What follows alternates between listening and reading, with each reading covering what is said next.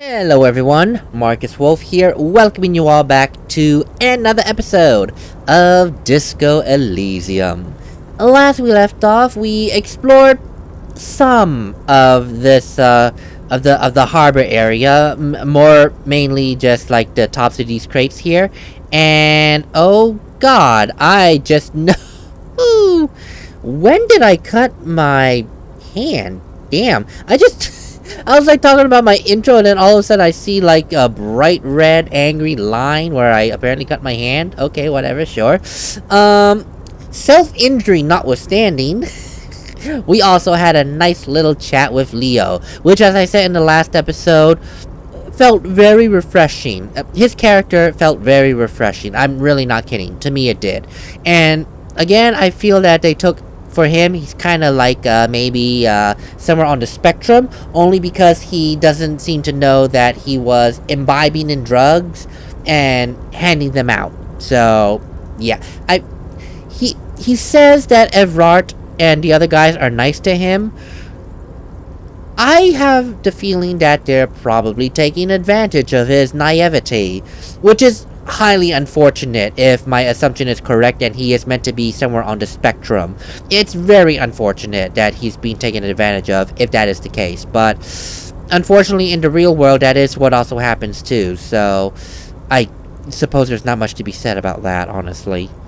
Anyway, continuing on, yay! Oh wow. This container leads into an inner container maze. That's quite interesting.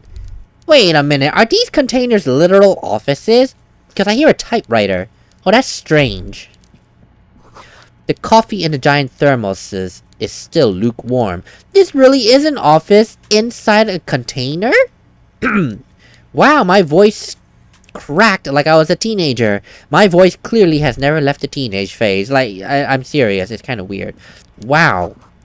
A stair made of pallets leading up. This is very strange. I would not have assumed in a million years this was an office.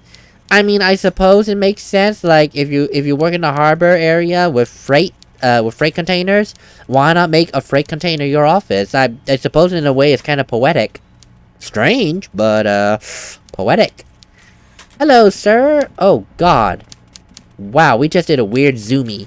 Let me take a quick peek at your book, sir. Damn, you're fat. Oh God. A taxidermy fish that tells time.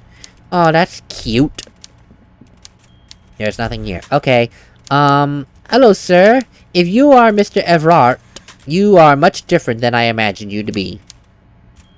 Oh God, I always have to walk in place. Before you is a walrus of a man, seated behind a large desk. He looks up from his work, not the least bit surprised to see you. I was I'll be honest, I'm not gonna lie. Evrart, I was kind of thinking at the very least, somewhat muscular man.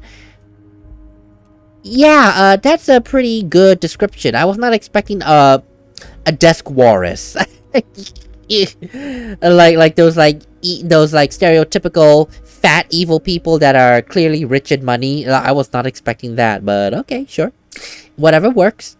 With great effort, he straightens himself up in his chair, yet says nothing. He simply stares at you. I'm not kidding. When it said with great effort he straightens himself up, I just all of a sudden randomly just started to sit up straighter. With no effort, but it's like, if he's having effort, I better have better posture if I, want to stay sitting well for the rest of my life. Oh God, this mic. I gotta have a better position with this damn mic. The box keeps falling. With a mixture of expectation and impatience, well bottled. Are you in charge of the dock workers here? Welcome, Mr. Dubois, Mr. Kitsuragi. It's good of you two to stop by. Please, have a seat. He gestures to a tiny chair opposite to his giant desk. Wow, wow, there are so many expectations being subverted here. Interesting. I mean, dock worker. The leader of the dock workers. I was expecting somewhat muscular. Not a fat, chubby I shouldn't say fat, not a chubby person. And the voice, I was expecting a deeper voice, not this almost desk jockey tone.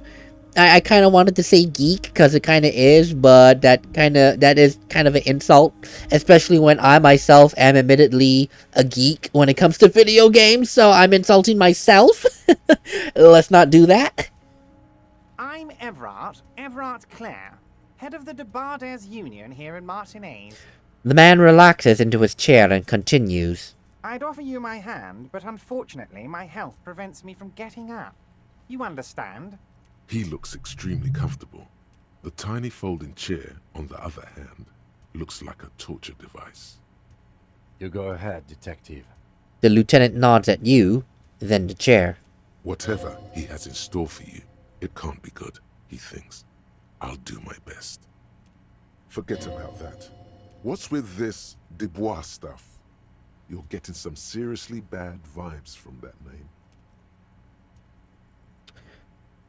Am I Harry Dubois? I just realized he did call us Dubois. Welcome, Mr. Dubois, Mr. Kitsura. I have no reason to believe, because he seems like a well-informed man. The fact that he knows Kitsuragi's name. So I have no reason to assume that Mr. Dubois is not my real name.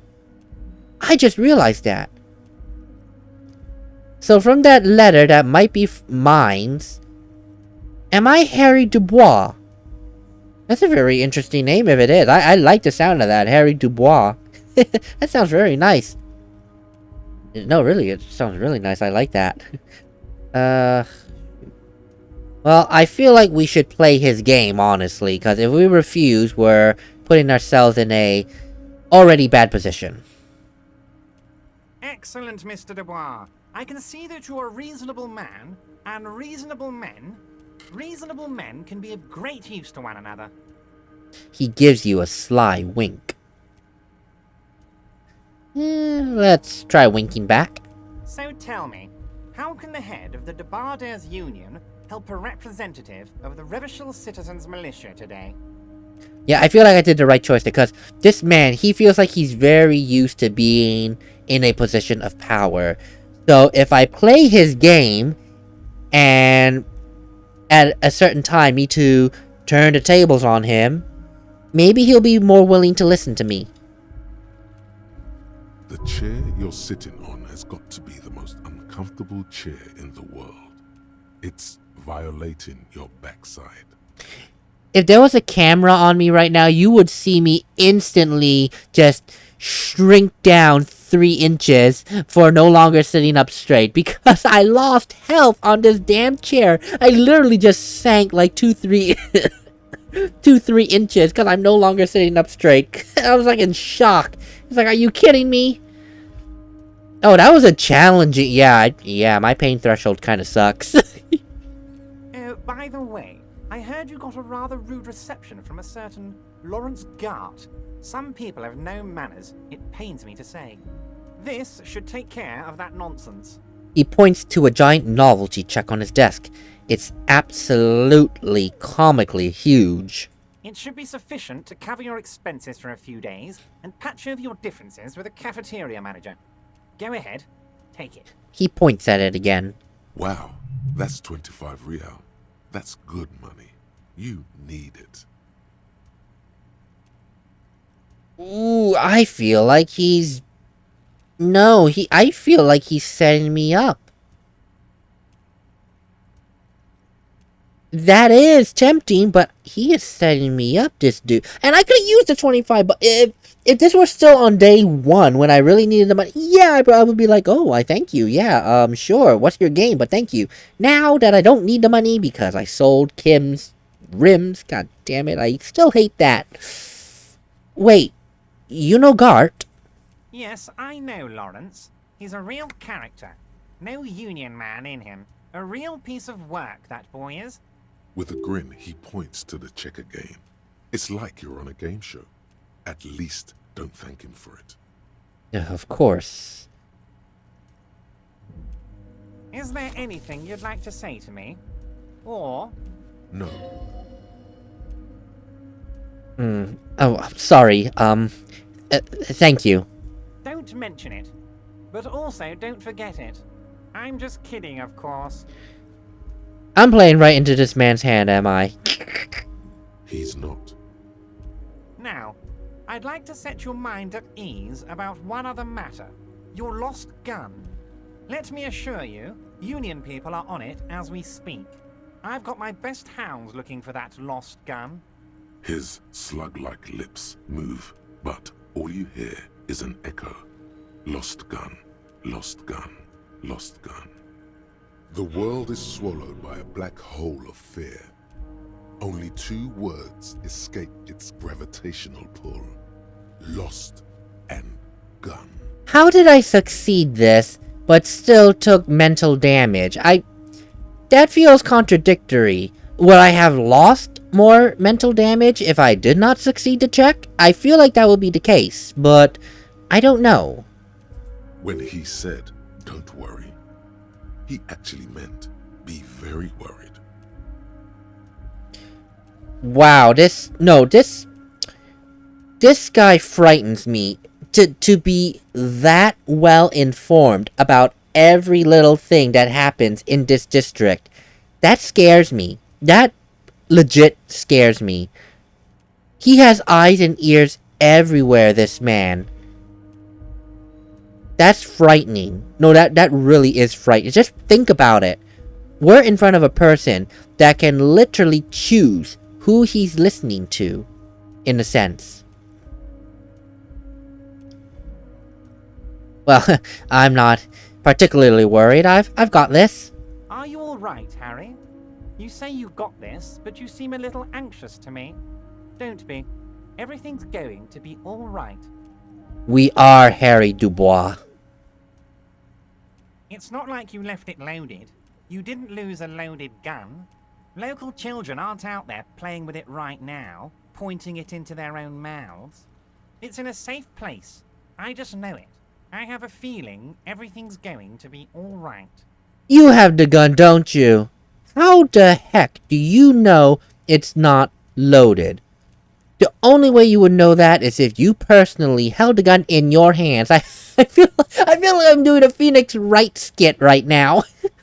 The Phoenix Wright skit with the the Miles Edgeworth skit, Investigations 2 with the logic chess. It's like logic chess. How would you know that?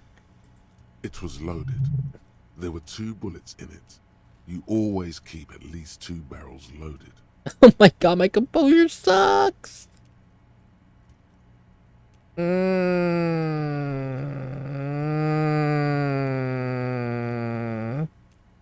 I need a 10. God, Oh. You're sweating. Your knee is jerking. You're about to cry, aren't you? You're about to cry because you lost your gun and those children are gonna shoot themselves with it. No, I am not about to cry. Mr. Dubois, you don't look so good. What is this, Mr. Dubois? He keeps repeating. What is he trying to pull here? You need to cool the fuck down. Chill. Mr. Dubois! Mr. Dubois! Harry! The large man snaps his fingers, but to no effect. You're in some stupor.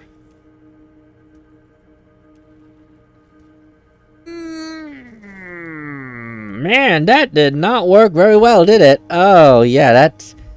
I'm gonna take another mental shot, am I? Mr. Dubois, are you okay? Can I get you a glass of water or something? Are you having some kind of medical emergency? Maybe you could use your hands somehow, in a kind of throw-in motion, like you're throwing that Mr. Dubois act right back at him. He's Mr. Dubois.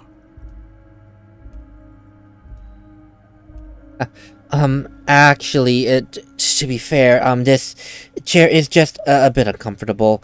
I could use that glass of water. What an odd demonstration of... you got me, Harry. I don't even know what. As entertaining as it was, I'm afraid we're wasting our time. And I'm an extremely busy man. as I'm sure you are too. Okay, enough. We are here to ask you some questions pertaining to a murder investigation. God damn it, I played into this man's hand. Jesus. Quick, here's your window. Get yourself together and ask him questions. Police officer questions. Okay, fair. Police officer questions. Yes. We'll just go straight for it, cause I played into his hand long enough. Let's just go. Okay, well, since we're here and you're a busy man, I will cut to the chase. And as my partner has mentioned, we're asking questions pertaining to murder investigation. To which, I've been told the Union is involved in the local drug trade, a connection to that murder. What? Harry, how could you say that to me? You know I appreciate a joke as much as any jolly fat guy, but I can't take slander. Are you actually investigating this? The reaction appears to be sincere, but it's impossible to tell with this guy, honestly. I am. You've hurt me, Harry. Me, a friend. But you know what? He perks up. I trust you, like I trust all my friends. And I know you'll never talk to me about this again, because you don't want to wound me. So do what you want, and let's change the subject. He's hiding his real reaction beneath courtesy. Thank you for your understanding. We will continue to do what we must. You too, Lieutenant. You know, I like you, but you never were my favorite. I'm a Harry guy. I'm Team Harry. None taken. Did we have anything else to do here, Harry? Well, to be fair, I did just finish investigating the local drug trade. Ah, yes. Your side investigation. Thank you. You've got some spirit clearing up phony drug accusations alongside this murder. I'll talk to the mayor and see if I can get you the key to the city, Harry. Now let's talk real business. Actually, Rivershell doesn't have a mayor. He refuses to discuss it further. It's probably just a small nuisance to him.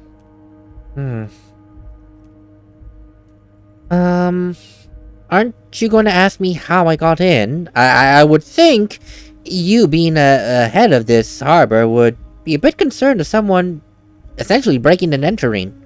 Harry, honestly, I'm just relieved you didn't get a hernia. A man your age.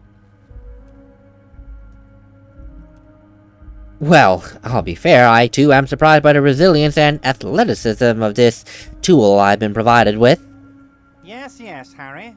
You are obviously in peak physical condition, and I salute both your initiative and your physical prowess. Very impressive, Harry. Very impressive. Anyway, I assure you, I am a very well-informed man. Information reaches me before I even get the chance to request it. Really? Well, if so, why don't we talk about my lost gun? Yes, your lost gun. My best men are on it. They're turning every stone, searching every playground, asking kids, grandmas, everyone. Your gun will be found, Harry. Let me assure you of that. It's just a matter of time and effort. The only way to find it seems to be working with him. He might even be holding your gun hostage. I think he is. Oh, this dude.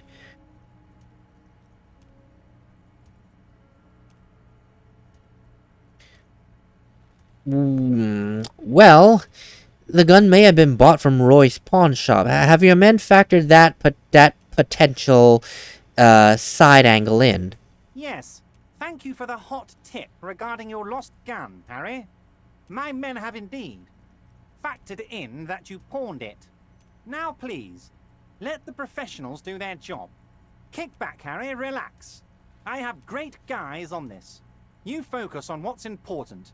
Building our relationship for the good of Martinaise. It did not come as a surprise to him. He might actually not be bullshitting. Does this mean if I do things for you, that I will get my gun back? Damn it, Harry. That's exactly what it means. I'm only kidding, of course. Of course. I understand. We help you, you help us. Oi. Well,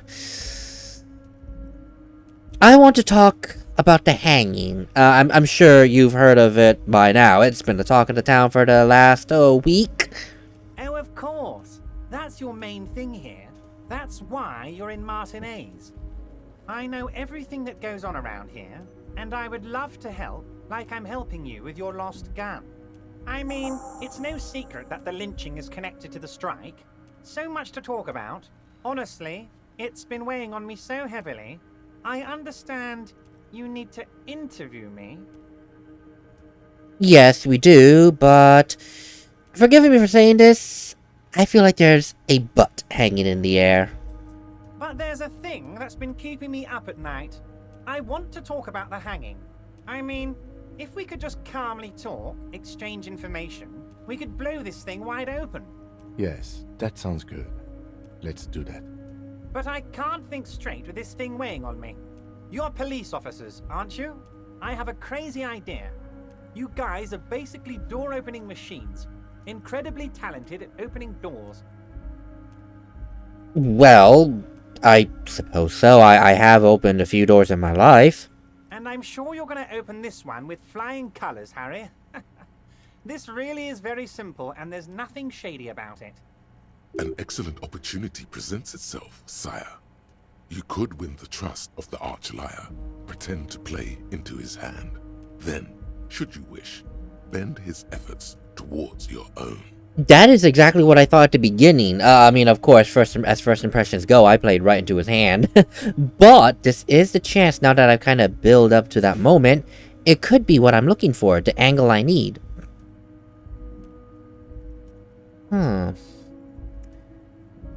If you don't mind me asking, why don't you just open this door yourself? Harry, I'm a very busy man, and more importantly, I don't have that extraordinary physique you do. You look like you could run around all day. You want to send someone a message that the police are working for you.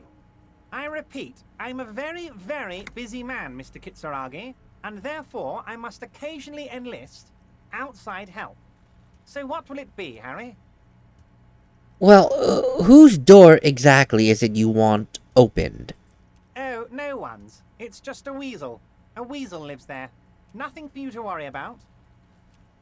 That may be all well and good, but, if you're gonna have me, you know, knocking on people's doors and asking them to open, I do kind of need to know, what do you mean by a weasel? A loud blabbering weasel. When weasels feel no one is watching, they start acting foolishly. He removes his glasses and rubs his nose. Just go there, unlock the door, and leave it open. It's been such a burden on me, Harry. I just want this to be over so I can discuss business with you. He puts his glasses back on. Oh, damn it. Fine, Evrart. I'll look into it. We really do need to talk about that murder. Fantastic, my friend. Just let me know when it's done and we can take our friendship to the next level. He flicks his fingers. You can get the key from Manana. He's down by the gates. Manana's like a free agent in the Union. Special operations. Hardened socialist. A real free thinker too. He'll tell you precisely where the door is. One last thing, Harry. Just open the door. You don't need to go in or anything. I just want that weasel to come home and see the unlocked door. What am I getting myself into with this? Oh god, I don't feel comfortable about that. Oh dear. I mean, I could always walk in, yeah, but this man has clearly demonstrated he has eyes everywhere, and god, every time I think of that, that's both creepy and frightening. That amount of influence, that's frightening. Well, since we're, you know, off the topic of that now, I am looking into your shady brew. I don't know what that means, Harry. Shady brew? There are so many moving parts in my operation, I can't keep track of them all. You know what? Don't even tell me. Whatever it is, do it. Surprise me. Just one thing. If you can, make it even shadier. He sincerely has no idea what you were talking about. And he doesn't care either. That's fair. Okay, so... For a man with that much influence to know my name, that I lost my gun, and all that, how does he not know that? Well, I guess when the cook does not speak a word of English, for one. Two, people are pretty much, banned from going into the kitchen, and all that comes out is a batch of food. I suppose it makes sense that he would not know. So, using that as a line of logic for this, he is not the all-seeing man that he wants us to believe. There are some things that are out of his field of vision. Most likely that kitchen in the Whirling in Rags, as an example, being out of his vision. That's weird. Yeah, but that's strange to think. A man with all this information, quite clearly a frightening amount of influence and power, is blindsided by a simple hostile kitchen. Kind of weird. Well, alright then. Sure. Oh, by the way, I've met with Joyce, the company representative. Oh, that's very nice. I haven't gotten around to her yet. I'm very, very busy, you see. I hope you're getting along. One thing I want to make very clear, Harry, is that this is not some kind of union versus corporation situation. Everyone is just pals here. Really? Just pals? We're all trying to do what's best for Martinaise. Don't feel like you can't cooperate with her because you and I are such good friends and I'm helping you find your lost gun. I'm not a jealous guy. That's good to know. Thank you. But why haven't you let her in to see? I know you said you're busy, but just why exactly? What is keeping you so busy? If she actually wants to see me, she will find a way. Any good negotiator would. And I just don't have anything to discuss with a bad negotiator. Well, okay, I can't really argue with that. But by the way, she did mention... she did mention a previous negotiator. Do you happen to know anything about that, Mr. Gaumont? What do you mean, Harry? Nothing. I let him go. Oh, sorry, not what. Do you know what happened to him, Mr. Gaumont? Do you know what happened to this man, Mr. Gaumont? Jesus. I was like, wait, no, his last name is not Gaumont, it's Claire. Well, I've heard that he did make concessions for the company in previous negotiations. If he was working in your favor, why would you let someone like that go? He's an old man, Harry. I wanted him to spend more time with his family. God knows how long he's got left. And you've called him a midget. Harry, I have little people in my organization. I would never call someone a midget. What is this? Honestly, I'm beginning to think you're a midget, Harry. I'm only kidding, Harry. You're not a midget. No one is. We're pals. Thank you for letting me know that. Well, Joyce did mention something interesting. Something about the previous union leader vanishing under suspicious circumstances, which is why I am asking these questions. Vanished? Harry, the woman left her casserole in the oven and couldn't make it here in time for the voting. Oh, did I leave my casserole on? Better go home and check. The election can wait. When she got back, the whole thing was over. Wait, there was no mention of a casserole from Joyce. Interesting. I don't remember hearing her mention any casserole. Harry, Harry, Harry. Do not fixate on this little matter. Maybe it was a rabbit stew, or a hairdryer, or an iron. The point is, her heart wasn't in it. Mine was. Well, be that as it may, it doesn't change the fact she feels that you, as a representative of the union, is lowballing her. Yes, yes. Lowballing, of course. This isn't a casino, Harry. Real people, real livelihoods are at stake here. But everything's a casino for those rich types. His expression makes it clear. This is childish and irresponsible behavior.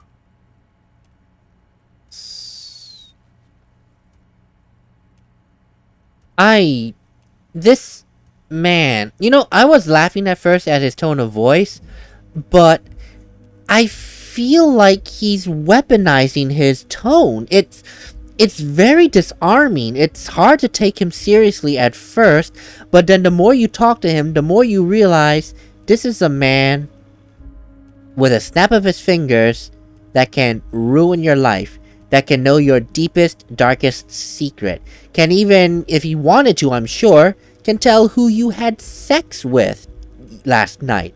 I'm really not kidding on that. That's the kind of impression I'm getting from Evrart. That no information that he deems necessary and important would be beyond him. And I've said this many times, but it's frightening, the amount of power that he has. Alright, then let's talk about something else. Of course, Harry. Let me just assure you one more time. It's perfectly okay to share anything we discuss here with this Joyce. This is a completely transparent organization. I have no interest in what she is doing, but I myself have nothing to hide. Your business is your business, and I respect your privacy. Just remember, none of this is secret. Tell her about all of it. My brother's picture, my singing swordfish clock. Tell her how overweight I am and how I'm helping you find your lost gun. Tell her about everything. Evrart doesn't mind. It is rather interesting to tell people things about each other, isn't it? It was nice telling him about her right now. Sure, I'll definitely keep that in mind. I mean, I'm sure we'll cross paths with her sometime in the future anyway.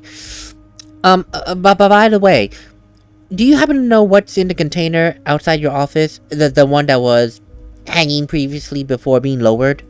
My dear Harry, there are literally millions of containers in this harbor. I couldn't possibly remember what's in all of them.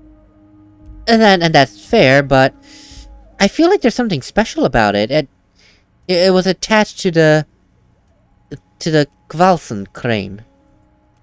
Harry, you smooth-talking son of a bitch. Time is a precious resource, and I don't have enough of it to count containers with you. Smooth talking. Maybe that's the way to go about opening the container. You should at least try convincing it. Are you serious, Rhetoric? Talk to the container? Ugh. Oh, I'm sorry, Mr. Evrart. I'm just thinking to myself. One last question, and I'll be honest, it has been bugging me for quite a while. You've been calling me Mr. Dubois and Harry. Why? Of course. Let us dispatch with the formalities. You call me Evrart, I call you Harry. So, that's really my name, Harry Dubois. My God, so it's true. I didn't want to believe it, but you are a fantastic science fiction amnesiac cop, aren't you? What are the odds of that? I think the odds of that are very low. It might be a good idea to hide your confusion. I mean, see what his game is first. Ooh, that's a good idea, Rhetoric. That's very good. I mean, no, my memory is fine. I'm just testing you. So good to hear that, Harry. Apparently my sources were wrong. However, if you did have a spot of memory trouble, I could help you out. With my big fat folder. Words flow like a river of honey from his lips. I guess word has already reached him. No matter. No harm done. I suppose so. It's just a brown folder. You can't make out what's written on it. Great, a nondescript folder. What could possibly go wrong with the information contained therein? Are you trying to tell me you've gotten hold of some of our documents? The lieutenant inspects Evrart over his spectacles. Mr. Kitsuragi, would you mind? Me and Harry are talking about his lost identity right now. Don't just jump to the folder. That's not smart. Shows you're on the edge. Do some probing first. Okay, so, let me get this straight. What is my full name? It's Harry. Harry Dubois. Huh. Okay, that's fair. I could work with that. And I can work with you, Harry. Now, What else can I do for you? Do you know anything about my family? Like, do I have a wife? Any kids? Things like that? Family? Harry, you're not a family man. There's not one peep of family in here. Unless you think you're a family man. Do you strike yourself as a family man, Harry? I'll be honest. No, I honestly don't. That's why I like you, Harry. A good man knows both his strengths and his weaknesses, and you, my friend. You are one of the all-time greats. Does it say what kind of a cop I am? Well, Harry, if I were to sum you up in one word, it would be apologetic. Oh, apologetic? I'm sorry, I don't quite understand. Yes. You seem to be. A lot of the time. But right now, there's no reason to be. Let loose a little. Be you. I feel like I'm being called out because my expression when I don't catch what people say the first time is like, sorry? Sorry? So I feel like I'm getting called out here. I'm apologetic. You know, I wonder, depending on how I've been building up my character's psych profile, does this change? Does it change? Is it always apologetic, or does it change? Like saying rough and tumble guy is like, you bet I, you know, it's like, does that change? I want to know, I really do. He's probably just making a guess based on your recent activity in Martinaise. Okay, so it does sound like it is based on, yeah, wow. That's cool. That is cool. So, where exactly did you, get that folder? Ah, this? My friends in your organization gave it to me, Harry. This translates into, haha, you guys are so corrupt. I find that very suspicious. May I have a look? I'm afraid this is meant for Union eyes only, Mr. Kitsuragi. I'm sure you understand. Please continue, Harry. Of course.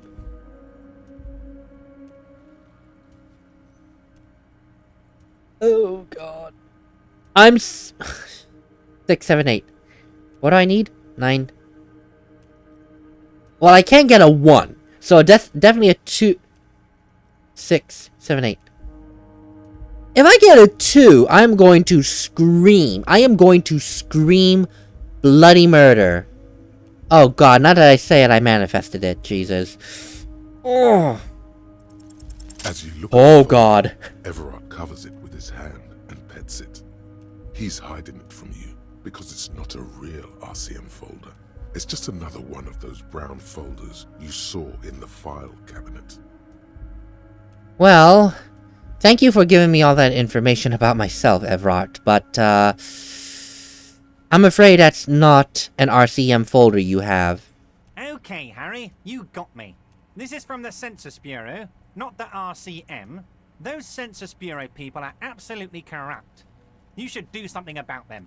He got the name from the Census Bureau, and everything else from your actions here in Martinaise. Very observant. Frighteningly observant. Yes, Mr. Kitsuragi from the Census Bureau. Like I said, now I'm actually a very busy man. So is there anything else I can do for you, Harry? That means he doesn't really know anything about you. Ugh. A pity. The mystery of you will have to remain a mystery for the time being. Well, thank you for at least coming clean about that, but at the very least, since it came from the Census Bureau, is my name really Harry Dubois? Yes, that's what I said. Try to keep up, okay? Let's move on. Fine. Although, I think this is where we should part ways. I've asked all the questions I have at the moment.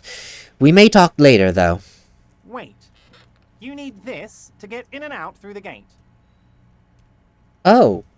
Thanks. To be honest, I was wondering how I'm supposed to get out. Here, you're one of us now. A real red and white Union man. Take care, Harry. Thanks. Oh, thank you, autosave. I literally was about to look at the item and then you autosaved. you just autosaved me out of it. Where is it? There we go. Items. Giant novelty check. Oh my god.